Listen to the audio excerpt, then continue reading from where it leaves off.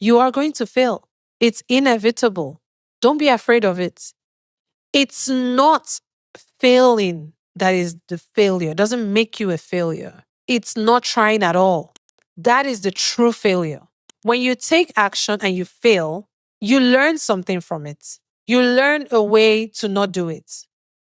You learn something about yourself in the process.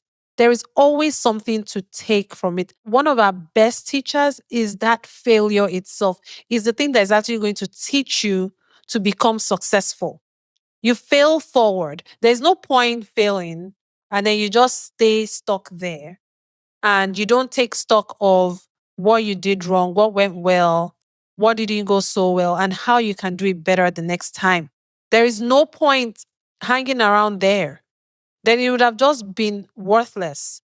What makes it so good is the next time you try it, oh my gosh, it's going to be better. And Thomas Edison, you probably heard this before, they invented the light bulb. He did 10,000 experiments before he finally got it right, you guys. And he's famous for having said he did not make 10,000 mistakes. He found 10,000 ways to not do it.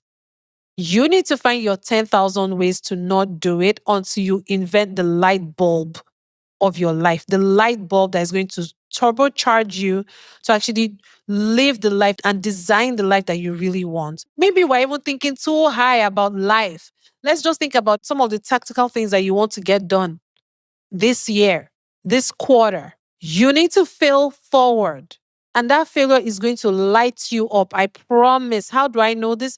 Because I have failed and I've been failing. Case in point, this whole building an online business or coaching, whatever. I'm not just starting, you guys. Oh man. I have tried. Let's say maybe I've tried many different things for the past 15 years, but maybe in the past 5 years, I've really, really tried to do something online and I've failed several times. The first one I tried to do was the weight loss coaching with Skinny Jollof that some of you might know. And in some areas, I succeeded because of some of the people that I helped. And some of the people that have changed their mindset around health and fitness or weight loss because of working with them. But there was also all the many people that I could have helped that I didn't get through to. There is me burning out twice and starting over again in the business. Sometimes when I look back at the first few videos that I shot on YouTube, I'm like, why was this my focus? I should have been doing something else. In the process of doing the coaching, I learned something about myself. I was like, I don't think I actually want to do this kind of coaching.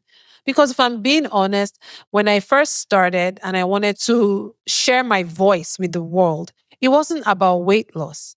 I just felt that I needed to niche down to something very, very tangible.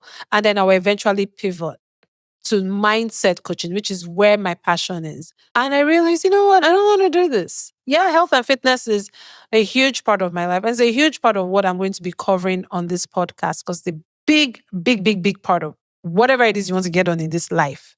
Because this thing right here is your vessel, your body, is the stuff that helps you move around the earth and get things done. So you can't neglect that, right? But more on that later. My point is, I knew that what I wanted to do was a whole mindset thing, but I only figured all of that out because I tried. I took action and I failed woefully. I fell flat on my face. I just stopped posting altogether.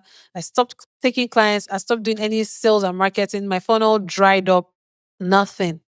Then I pivoted to something else. Then I pivoted to something else. And then even this thing that I'm doing with this podcast took me a while to actually realize that, oh, I love to talk and share with other people. I love to help people develop a new way of thinking. And in so doing, also help myself do the same thing. Why am I trying to force myself into creating static Instagram posts when this is what I really want to be doing? I tried to do this whole mindset coaching thing last year. 3 months into it, fell flat on my face. Again, at that point, I could have just said, you know what? I've tried. I've spent money. I've tried. Let me go and do something else. But I knew when I took stock, I was like, I know that I could have done this thing differently. I know that I can do it better. Yes, I failed. And won't I even look even more stupid when I come back again and I announce again on social media or whatever that, hey, you guys, I'm back again. Back to the fear of judgment. It kind of intertwines with the fear of failure. I'm afraid that people will judge me and say, oh, ugh, did you try to do that thing? How long did you last? Let's see how long you last this time. And there's also the what if I fail again? Like, what if I actually fail again? What then? Well, guess what? I would have found yet another way to not do it because life will test your vision. If I truly believe that this is an area of influence for me, then eventually that door is going to blast open for me. But I got to keep trying. I cannot say because I'm afraid that I will fail, I won't do it at all. Because whichever way I do it, it's hard. If I don't do anything and I just say stuck in one place, it's hard. If I do it and I fail, it's also hard.